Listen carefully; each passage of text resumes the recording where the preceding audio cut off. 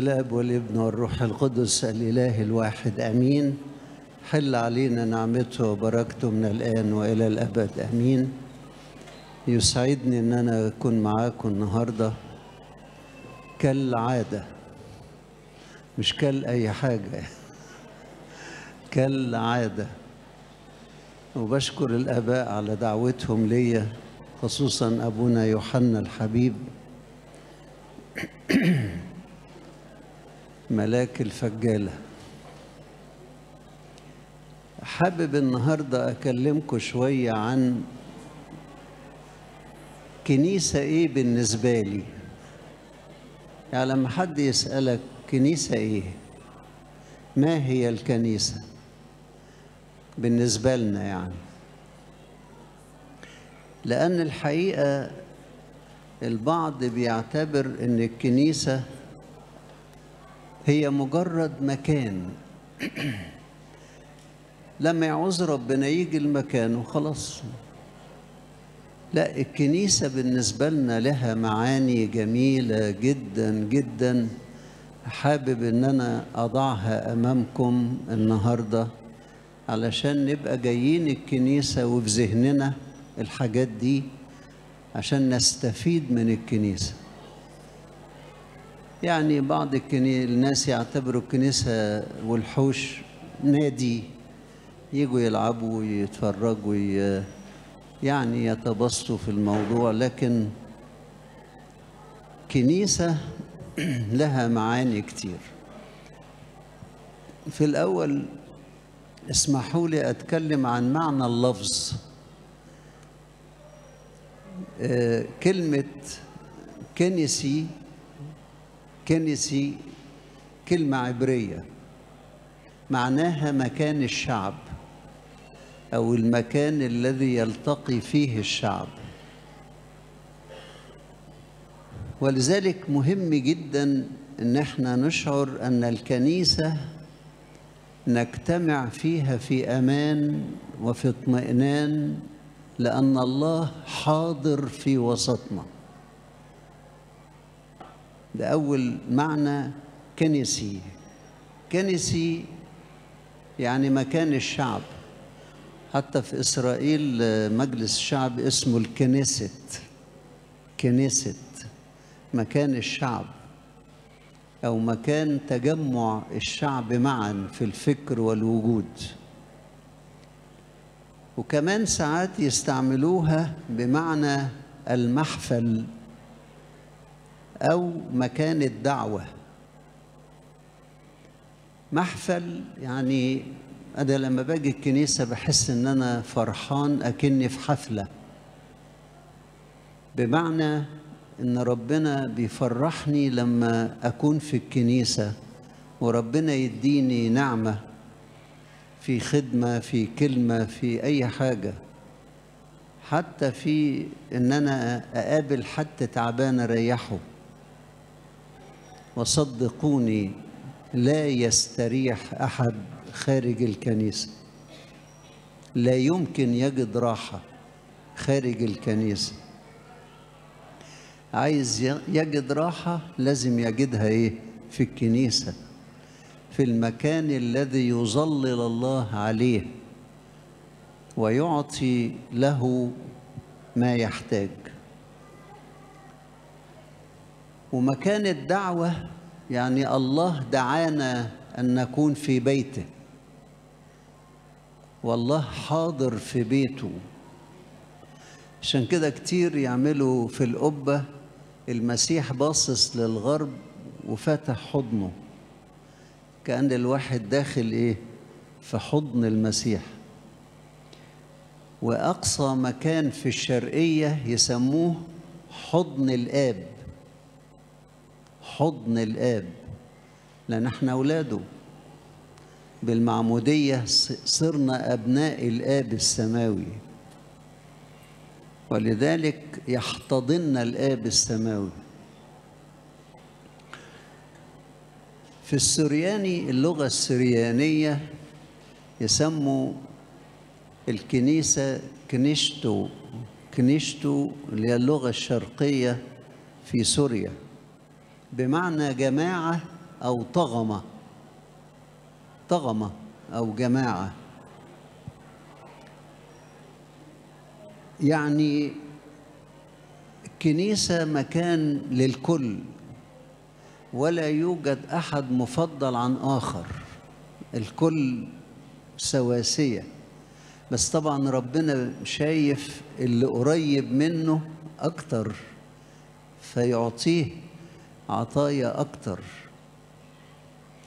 ذلك وأنا داخل الكنيسة أحس كده أن أنا داخل عشان أشوف ربنا، داخل عشان أتعامل مع ربنا، داخل علشان أطرح أمامه كل المتاعب وكل الضيقات وكل الحاجات اللي أنا تعبان منها، واطلع مستريح جدا لأن أنا حطيت كل المتاعب قدام ربنا.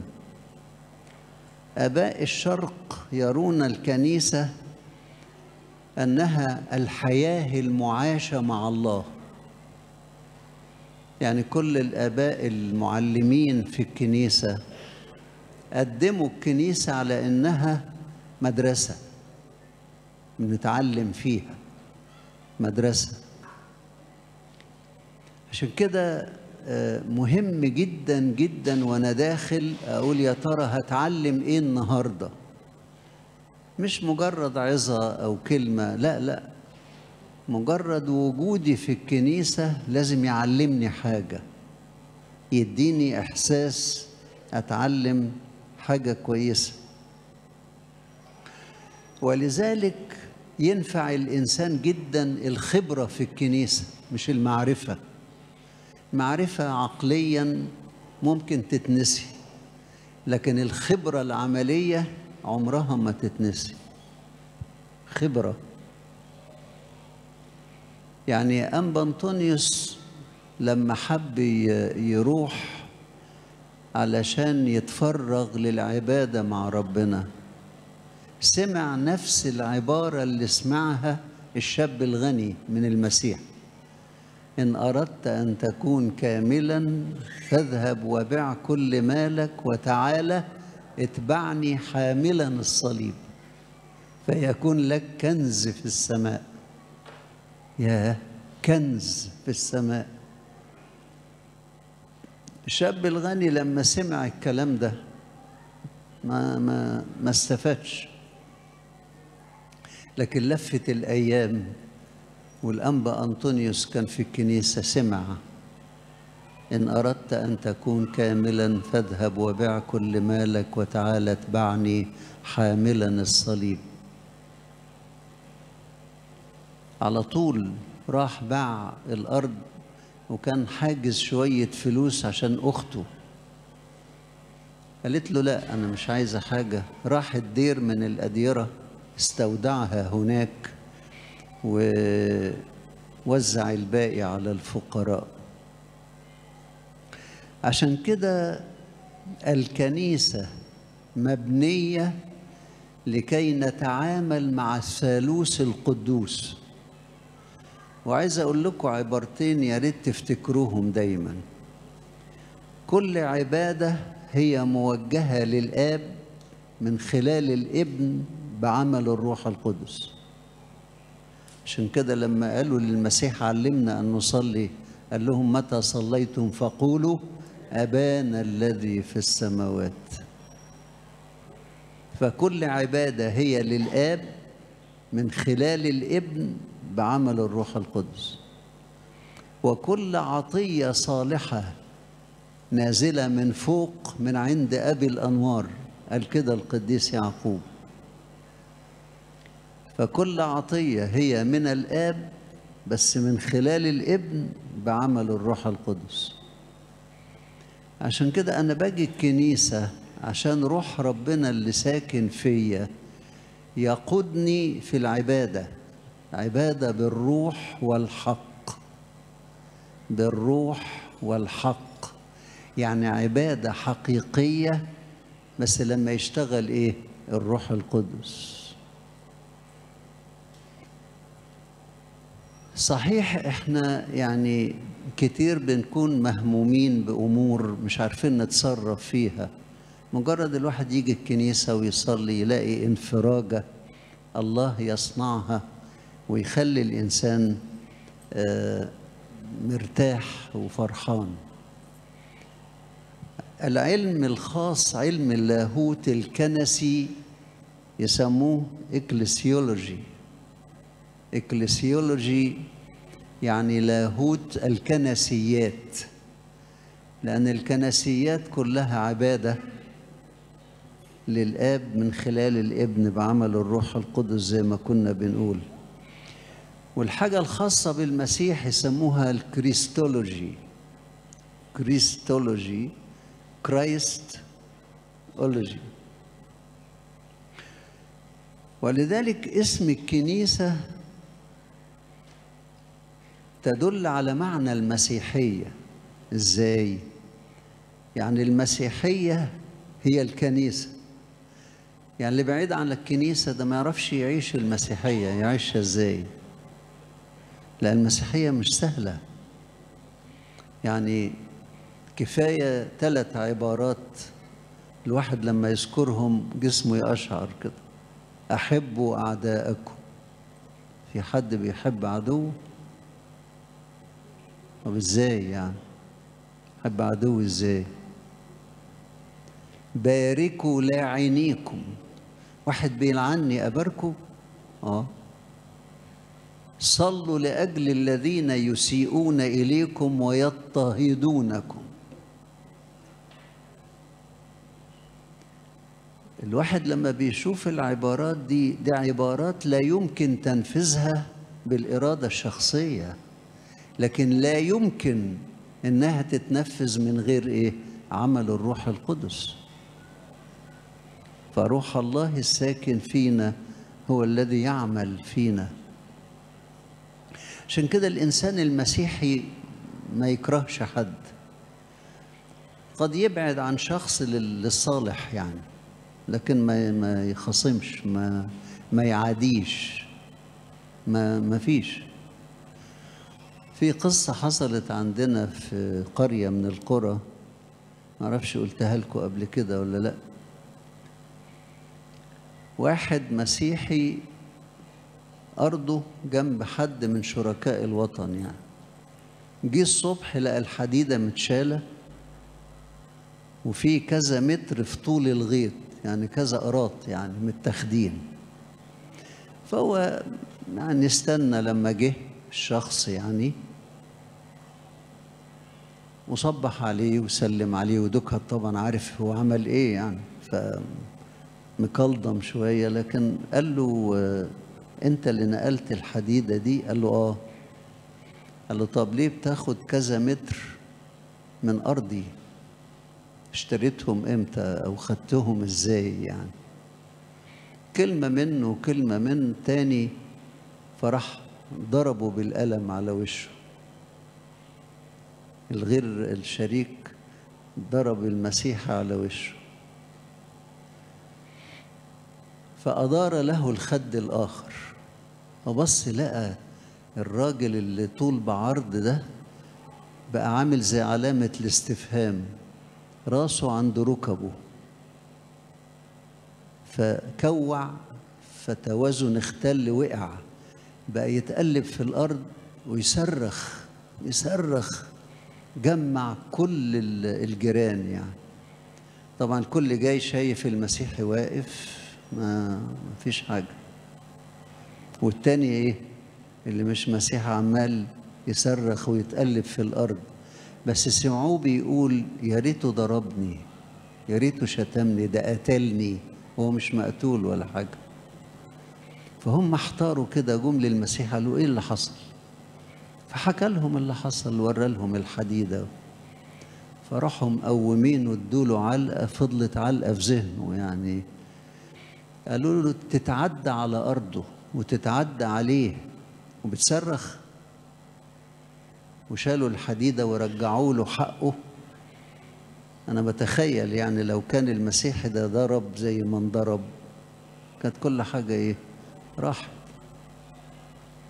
لكن هو نفذ وصية ربنا، فربنا اتمجد معاه وأخذ كل حاجة. لذلك قديس أغسطينوس يقول المسيح رأس الكنيسة، وبكونها هي متحدة به يصف الكنيسة بأنها هيكل الثالوث القدوس، تجتمع من 4 جهات المسكونة. عشان كده رقم 12 رقم ملكوت الله، 3 في 4، الثالوث في أركان الأرض الإيه؟ ال4 ملكوت الله.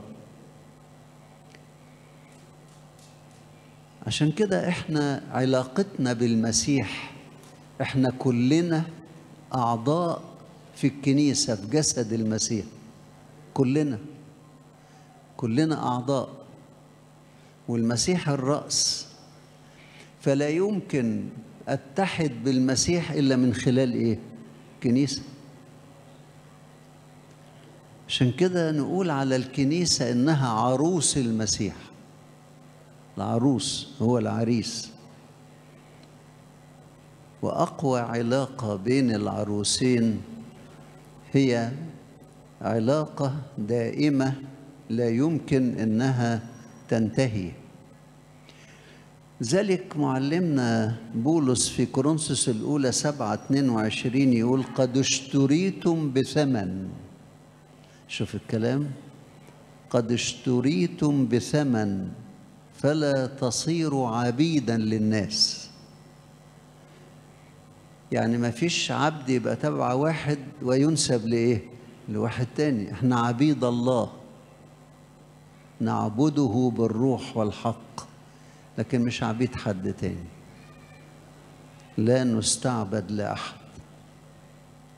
وفي أعمال 2 يقول احترزوا لأنفسكم ولجميع الرعية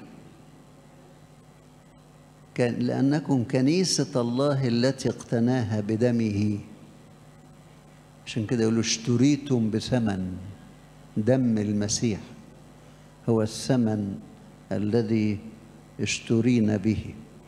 القديس كيرلس الأورشليمي يقول ليس شيء مثل الكنيسة، ليس شيء مثل الكنيسة، إنها خلاصكم وملجأكم، عالية أعلى من السماوات وقريبة إلى الأرض، لأنها العروس التي لا تشيخ بل تبقى مزهرة على الدوام.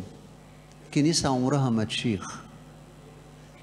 كنيستنا بقالها ما يقرب من 20 قرن أو 21 قرن. لما جه ماري مرقس وأسس الكنيسة كان في القرن الأول. عشان كده لما يقول أن الكنيسة عروس المسيح يقصد إيه؟ النفس البشرية اللي هي عضوة في الإيه؟ في الكنيسة، في الجسد اللي رأسه المسيح. فأنا علاقتي بالمسيح لا يمكن يقوم لها قيامة من غير الكنيسة.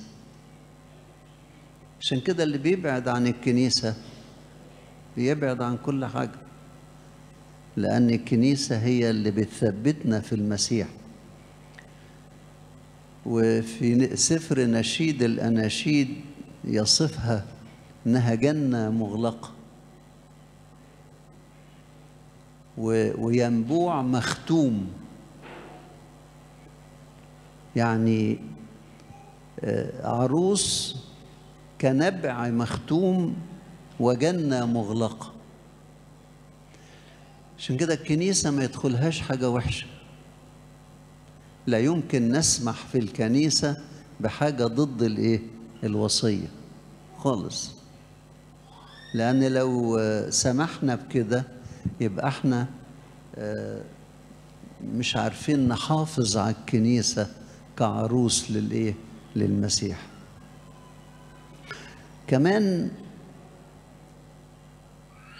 القديس كبريانوس يقول إنها العروس التي تعطي وتغذي وتبذل وتملأ أولادها شبعاً.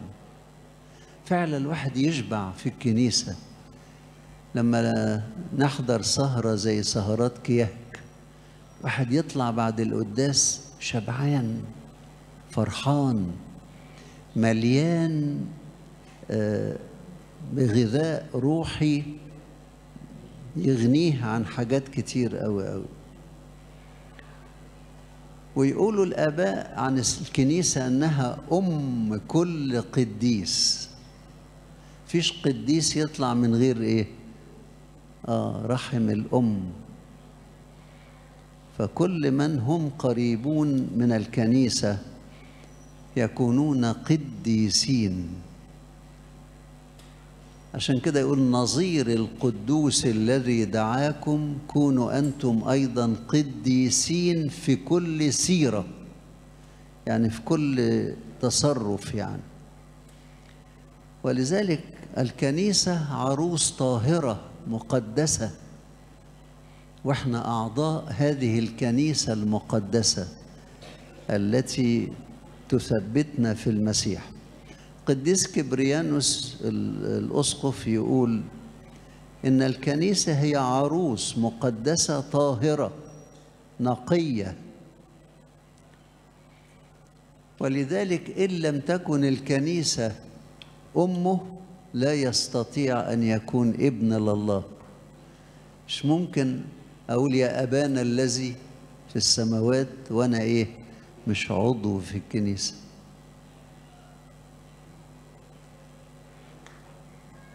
كمان يقول الكنيسة عروس المسيح النقية الطاهرة التي لا تخطئ أبدا. عشان كده مجموع الآباء زي المجمع المقدس مثلا ده بيمثل القيادة القانونية للكنيسة، وكل ما يصدر عن هذا المجمع هو قابل للتنفيذ.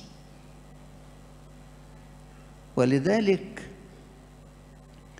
القديس غرغوريوس أسقف نيسوس يقول عروس المسيح التي تصنع مشيئته والغريبة جدا عن العالم.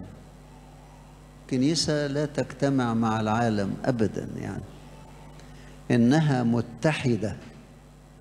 ولقد تم زفاف الكنيسة للمسيح الكلمة كما يقول يوحنا الحبيب من له العروس فهو العريس في يوحنا 3:29. عشان كده مش ممكن واحد يبقى عروس للمسيح إلا إذا كان عضو في الكنيسة العروس الحقيقية التي تعطي الشرعية عشان ترتبط بالمسيح. كمان الكنيسة جسد المسيح. شوف في أفسس 1:23 يقول معلمنا بولس وأخضع كل شيء تحت قدميه وإياه جعل رأسا فوق كل شيء للكنيسة التي هي جسده ملء الذي يملأ الكل في الكل. كنيسة كعروس للمسيح تملأ الكل في الكل. احنا بقينا مسيحيين ازاي؟ اول حاجة ايمان الام الاشبين. خلي بالكم انا من اشبين الكوم يعني. فالكنيسة تعتمد قبل المعمودية على مين؟ الاشبين اللي بتقول التعهد، وعلى إيمان الأم يعمد الطفل.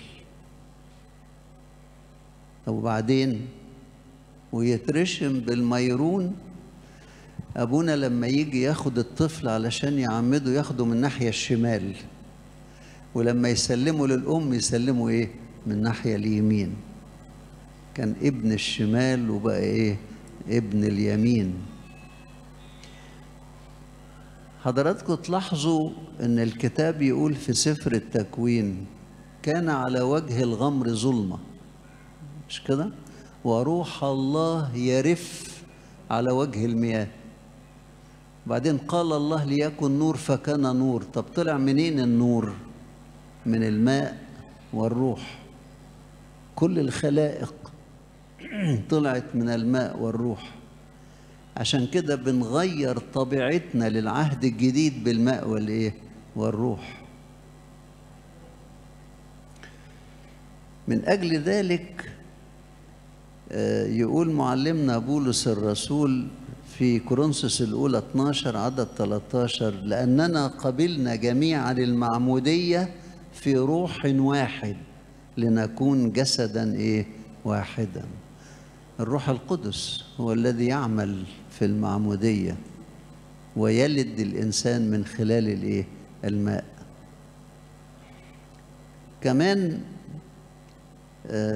في كورنثوس الأولى 12 يقول: لأننا جميعنا بروح واحد أيضا اعتمدنا إلى جسد واحد، يهودا كنا أم يونانيين، عبيدا أم أحرار، وجميعنا سقينا إيه؟ روحا واحدا. كلنا نعرف إن شاول الطرسوسي كان ضد الكنيسة، مش كده؟ وكان راضيا بقتل مين؟ استفانوس رئيس الشمامسة. وكانت ملابس استفانوس ايه؟ عند رجليه بيحرسها. طب ايه اللي غير شاول الطرسوسي؟ فكروا ايه اللي غيره؟ صلوات استفانوس من اجله. لأن استفانوس أول ما شاف العرش الإلهي ما انشغلش بنفسه، ما قالوش يا رب نجيني من اللي أنا فيه، لا، انشغل بمين؟ بشاول الطرسوسي. فالمسيح قبل صلاة القديس استفانوس وظهر لشاول الطرسوسي في الطريق. ظهر له المسيح وقال له: صعب عليك أن ترفس مناخس. وهكذا نرى أن من خلال الكنيسة، مش كمكان، لا، كمعنى، تلاقي الكنيسة هي سبب إيمان كل من آمن. لأن المسيح بيعمل من خلال الإيه؟ الكنيسة. فكان استفانوس عضو في الكنيسة ويمثل الكنيسة، وصلاته من أجل شاول الطرسوسي استجيبت.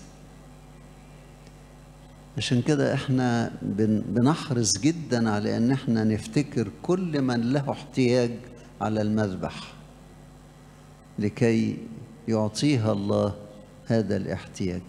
قديس أغناطيوس الأنطاكي يقول: الكنيسة مرتبطة بالمسيح ارتباط الجسد بالرأس. ارتباط الجسد بالرأس. والقديس إكليماندس الروماني يقول: الكنيسة روحية غير منظورة لأنها جسد المسيح وأم المؤمنين، وعلينا أن ننتسب لها لأنها كنيسة الحياة لكي تخلصنا. لا خلاص خارج الكنيسة، لا خلاص خارج الكنيسة، لكن في الكنيسة نخلص جميعنا. كليمانس الروماني يقول: الكنيسة روحية غير منظورة لأنها جسد المسيح، وعلينا أن ننتسب لها لأنها مصدر الحياة والخلاص. كل ما يخلصنا ويحيينا موجود إيه؟ في الكنيسة، مش بره الكنيسة.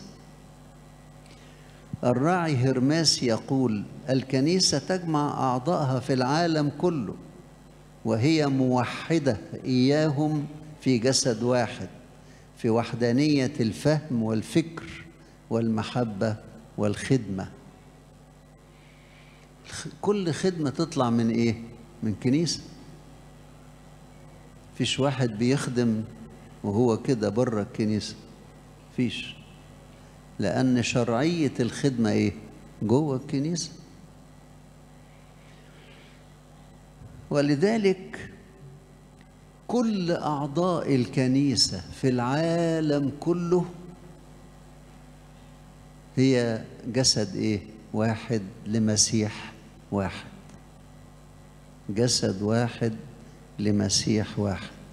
ذهبي الفم يقول إن المسيح وهو الكامل بذاته قد ارتضى أن يكتمل التدبير بالكنيسة. يعني المسيح عاش 33 سنة وتلت، وترك للكنيسة إيه؟ العمل، الرسل وحلول الروح القدس عليهم، فابتدوا هم إيه؟ يتولوا الدور اللي كان المسيح إيه؟ بيعمله.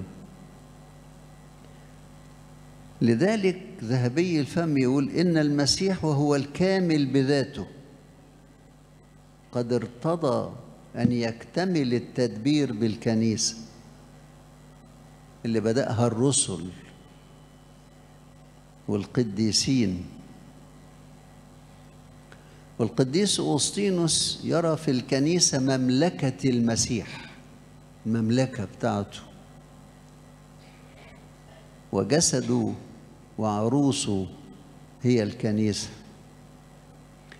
عشان كده يسموا المسيح رأس الزاوية.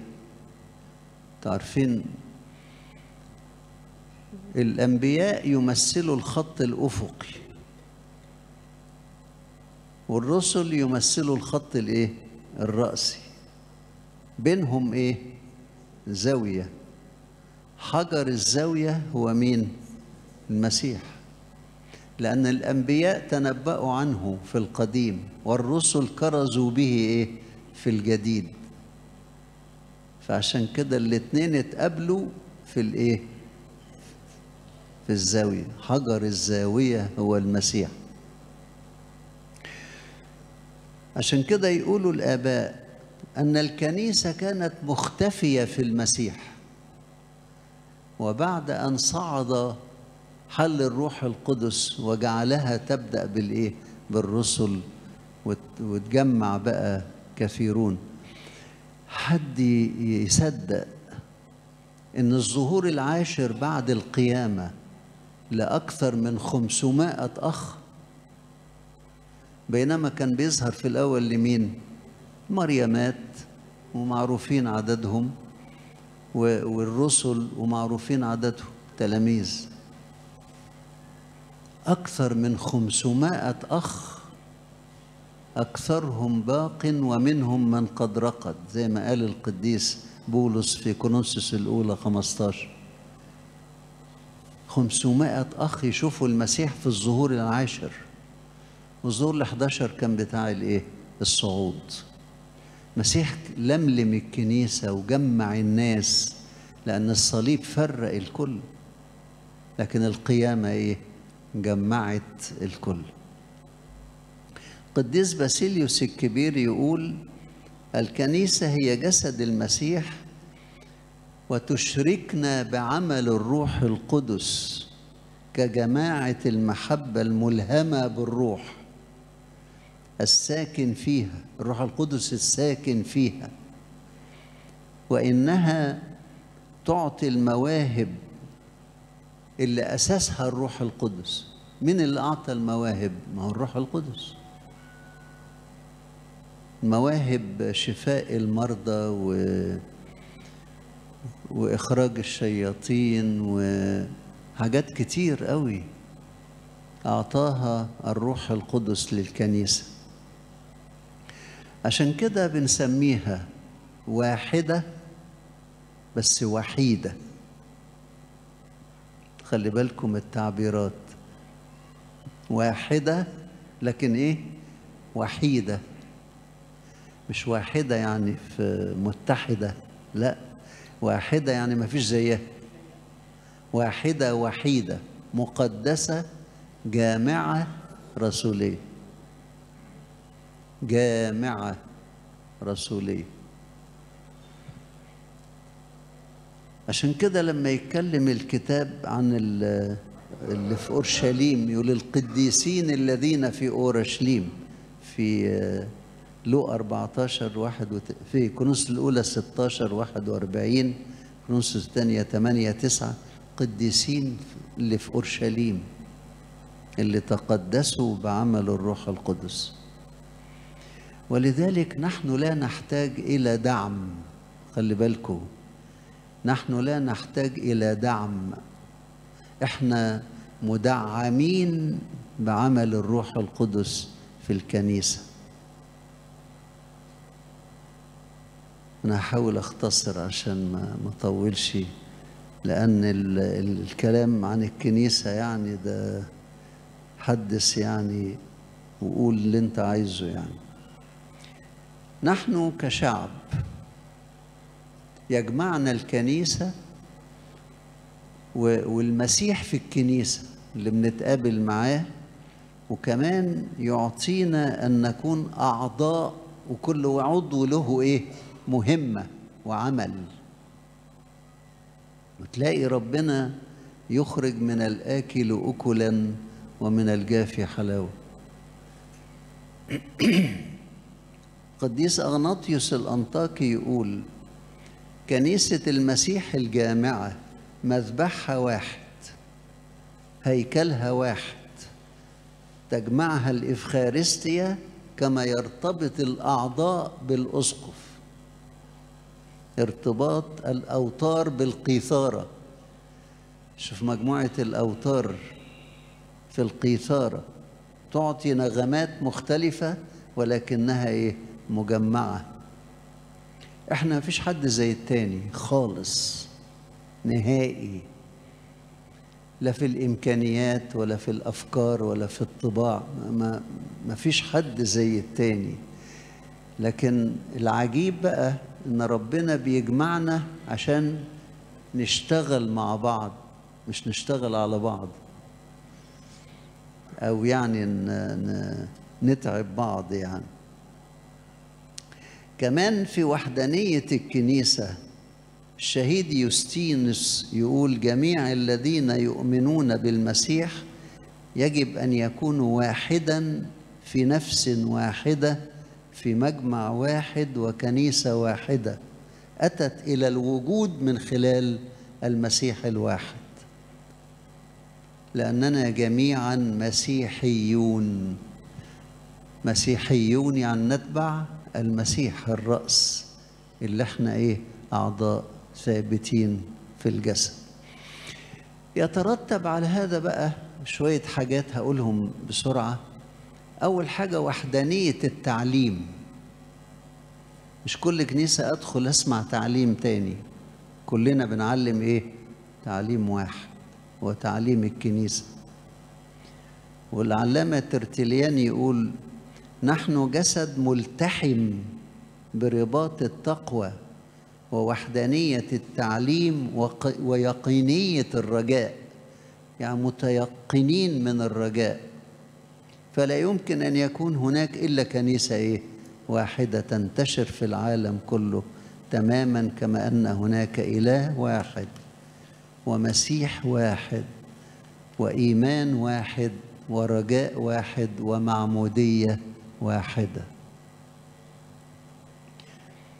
قديس هيلاري أسقف بواتيه يقول: الكنيسة هي وحدة المؤمنين المتناغمة والمتجانسة، فالكنيسة عروس المسيح. لذلك من هذا الجسد نتصل بالإيه؟ بالرأس، أو نتعامل مع الرأس. الكنيسة أيضا هي رسالة خلاص. خلي بالكم، دي مش كلمة وخلاص. يعني رسالة خلاص يعني إيه؟ يعني بتنادي عن الناس علشان يخلصوا. طب بره الكنيسة لا، ما فيش خلاص، لا خلاص خارج الكنيسة. كما أن معالم الطريق للملكوت الكنيسة اللي إيه؟ بتديهولنا. أعرف إزاي أمشي في سكتي للملكوت. معالم الطريق للملكوت تحدده الكنيسة، مش أي حد. فهي كنيسة التائبين لا الهالكين، تائبين. الكنيسة تفرح قوي بتوبة أي إنسان، ولا تتركه للهلاك. زي مثل الابن الضال، المسيح كان عايز يوري ازاي الأبوة في الكنيسة، يعني واقف على السطح من ساعة ما مشي، بينما ابن عاق وخد ميراثه في حياة أبوه. اللي بياخد ميراثه ده بيقول له أنت إيه؟ أكنك مت.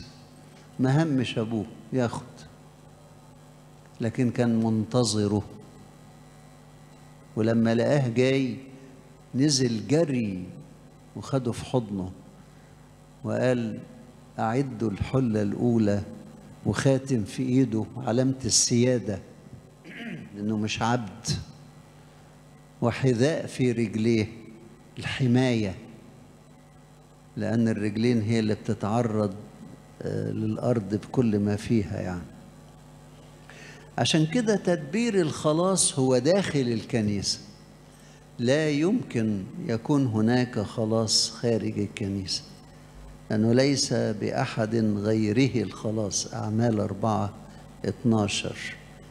الجهادات والانسكاب والأصوام والنسك والهجعات اللي هو السجود، يعني كله بنعمله فين؟ في الكنيسة. تلاقي العشار سجد براسه كده وقرع صدره، لم يشأ أن يرفع وجهه لكن أحنى رأسه، ده سجود أول. وفي إحناء الركب، إكلينومين طغوناتا، نحني ركبنا. وفي سجود كامل بقى بالراس والإيه والركب. إيه الفرق بين الثلاثة؟ سجود الرأس هو نوع من الخجل اللي يخلي ربنا يشوف إن أنا أستحق الإيه؟ المغفرة، خجلان من نفسي يعني. عشان كده قيل عن العشار إنه مضى مبررا دون الفريسي، مضى مبررا دون الفريسي. وكمان كلينومين طغوناتا لما نحني ركبنا، بمعنى الخضوع، الخضوع لأمر ربنا. وفي الاتنين بقى سجود العبادة بالرأس والإيه والركب. ولذلك القديس أكليماندوس السكندري يقول إن الكنيسة المنظورة هي التي تعرفنا الكنيسة اللي هنروحها في الأبدية.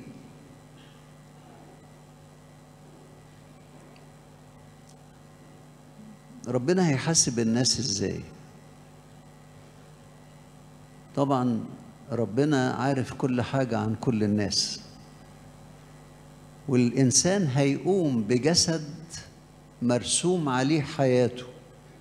عشان كده بنقول يأتي الشهداء حاملين عذاباتهم، ويأتي الصديقون حاملين فضائلهم، ويأتي الخطاة حاملين فضائحهم. هيبقى واضح على الجسد كل حاجة. يوم القيامة العامة ده هيبقى يوم فضايح بجلاجل، فضايح بجلاجل. عشان كده يقولوا الخطاة للجبال اسقطي علينا وللأكام غطينا من وجه الجالس على العرش. لكن مش هتقدر تغطيهم ولا تداريهم. كل إنسان هيبقى إيه؟ واضح. فدي برضو عايزة استعداد يعني، لأننا في سفينة الكنيسة التي تحملنا إلى السماء.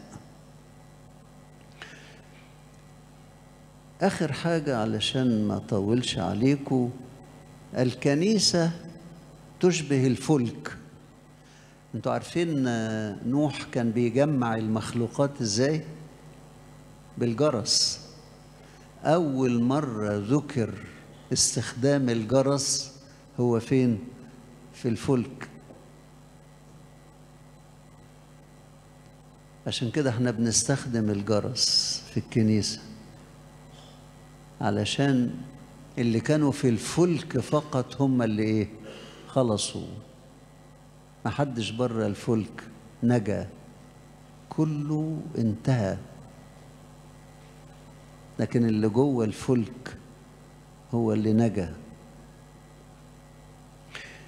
ولذلك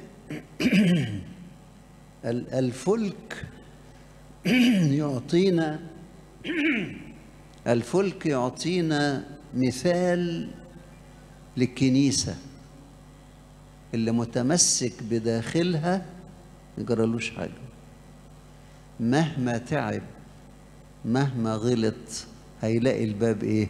مفتوح، باب التوبة مفتوح. ولذلك جنب المسيح المفتوح، على فكرة السيد المسيح احتفظ بالجراحات عشان طول الأبدية يورينا أثر المسامير اللي في إيديه ورجليه وأثر الحربة اللي في جنبه، يقول ده دليل حب ليكم. يا ترى إيه اللي هنقدمه كدليل حبنا للمسيح؟ فكر كده، هتقدم إيه؟ حاجة صعبة برضو. يعني حتى لو إنسان إدى حياته للمسيح في كهنوت، في رهبنة، في تكريس، أو أسرة عايشة مع المسيح في حياة جميلة كويسة، مهما الإنسان عمل، إزاي يقدم مقابل الجراحات اللي المسيح احتملها من أجلنا؟ ده دليل حب ليكم. طب فين دليل حبنا احنا ليه؟ فكروا في الحكاية دي بقى، لأنها مهمة جدا وخطيرة جدا جدا. عشان كده أحبائي، نحن في صوم السيدة العذراء نتذكر مثلا حيا، وهي الست العذراء، المثال الايديال، يعني اللي ما عاشتش من أجل نفسها وقدمت كل إمكانياتها لربنا. وطبعا يوسف البار، يعني ما بقاش نجار بقى، يبقى بار مش نجار. دول الاتنين نمرة واحد الأول. بعد كده بقى يجي يوحنا المعمدان وبقية القديسين.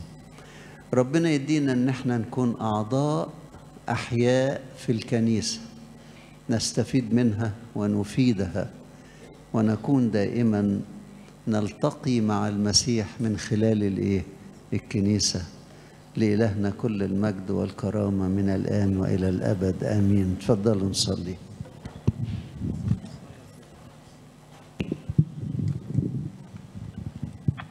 أخيرا يا رب اجعلنا مستحقين أن نقول بالشكر: أبانا الذي في السماوات، يتقدس اسمك، تكن مشيئتك كما في السماء. خبزنا كفافنا أعطينا اليوم، واغفر لنا ذنوبنا ولا تدخلنا في تجربة، بالمسيح يسوع ربنا، لأنك الملك والقوة والمجد إلى الأبد، آمين. محبة الله الآب ونعمة ابنه الوحيد، شركة وموهبة وعطية الروح القدس تكون مع جميعكم. امضوا بسلام، وسلام الرب يكون معكم.